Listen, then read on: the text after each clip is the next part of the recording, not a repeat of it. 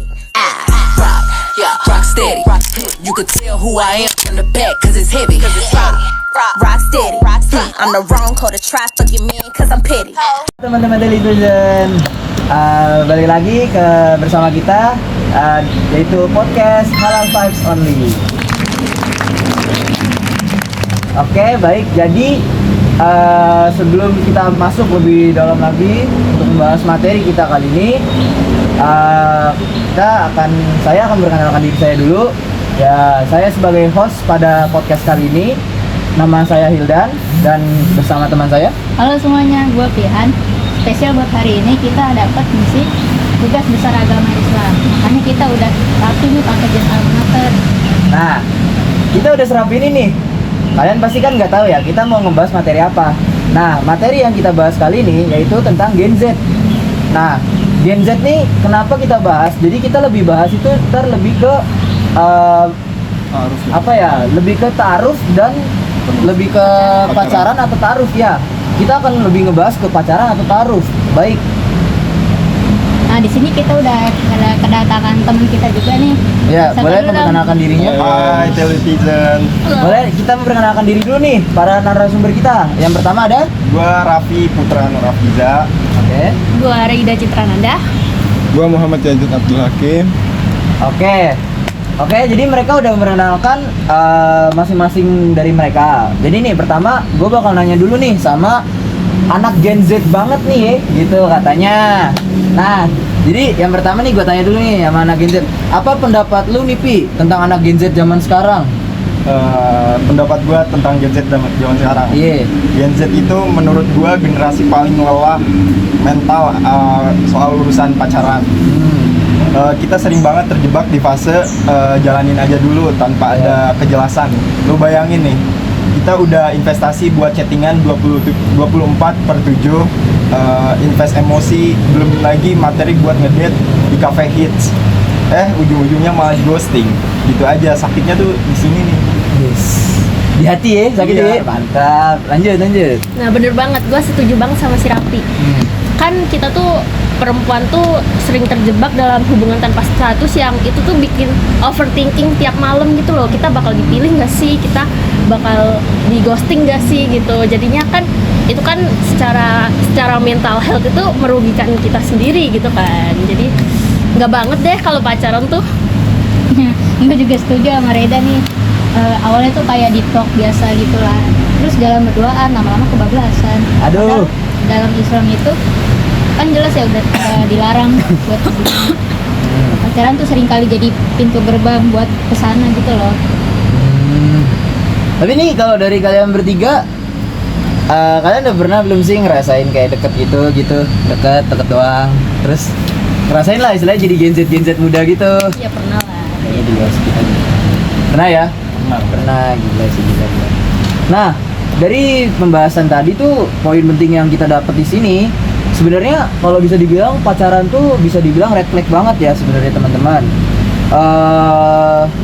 Malah jujur menurut saya lebih baik ke arah kita ta'aruf aja gitu. Nah, tapi di balik itu semua kalimat ta'aruf ini atau kata-kata ta'aruf pasti banyak yang kontra lah, istilahnya pro kontra gitu. Ya kan kayak kenapa sih kok kita harus pakai ta'aruf padahal itu kan masih kayak zaman kuno dulu banget kan. Kenapa kita harus masih kayak harus ta'aruf gitu? Kan kita juga belum kenal kan mereka ini gimana, ya kan pasangan kita ini gimana. Masa mengenalnya ketika udah nikah, ya kan ketika emang kita nggak cocok, masa kita mau udahin hubungan itu kan mending kita pacaran dulu gitu kan. Banyak juga. Nah, kalau menurut kalian nih, nah menurut Yazid aja ya, menurut Yazid nih. Kita tanya ke Yazid, kan tadi si Raffi sama Reda udah kan. Nah, kita tanya Yazid nih. Nah, gimana sih Zid pandangan lu nih terhadap ta'aruf pada zaman ini ya kan? Sebagai orang yang literatur nih ya. Kan sebagai orang istilahnya suka baca buku dan sebagainya ya kan. Oke, jadi gini Dan. Banyak miskonsepsi di generasi zaman sekarang ini buat Gen Z terutama soal tentang kata ta'aruf itu seperti kayak beli kucing dalam karung nih.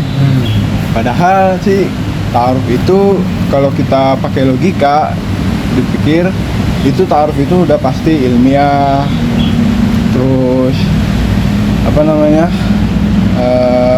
transparan sama data driven nih. Hmm. Wih, keren banget tuh, Jit. Data driven, coba dong diperjelas, Jit, biar kita nggak pusing. Oke. Iya tuh, data driven tuh apa sih? Coba, gue juga penasaran nih ya sebagai host. Iya. Jujur aja. Jadi gini, Pi dan data driven nih maksudnya itu kayak sebuah pengalaman, jadi diceritakan. Jadi contohnya gini, coba nih saat lu PDKT nih, lu pasti apa namanya pakai topeng terbaik lu, ya kan? Iya.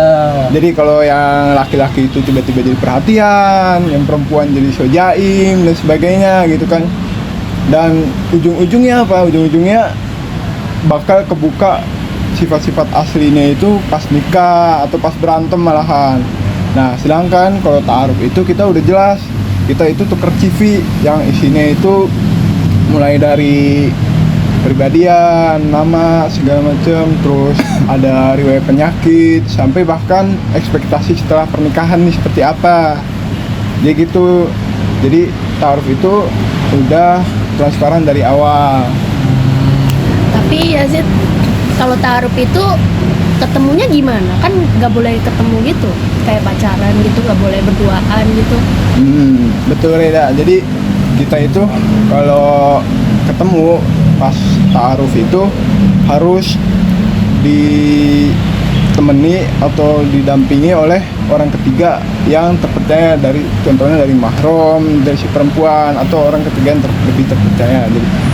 Jadi ketemu itu benar-benar cuman apa ya, nggak ada yang namanya berduaan di tempat sepi gitu, apalagi sebutannya ada orang ketiga itu biasanya ada setan gitu kan. Jadi habis itu setelahnya itu kita ada perbandingan visi, kalau misalkan cocok kita lanjut ke khitbah kemudian nikah. Tapi kalau misalkan mundur atau nggak cocok, itu kita akan bisa mundur secara terhormat. Nggak ada yang namanya drama-drama percintaan segala macam terus Kayak sampai drama-drama sekarang ya. dianatin gitu. Itu ya benar. Tapi kayaknya ada satu lagi nih yang sering diributin sama anak muda. Apa tuh?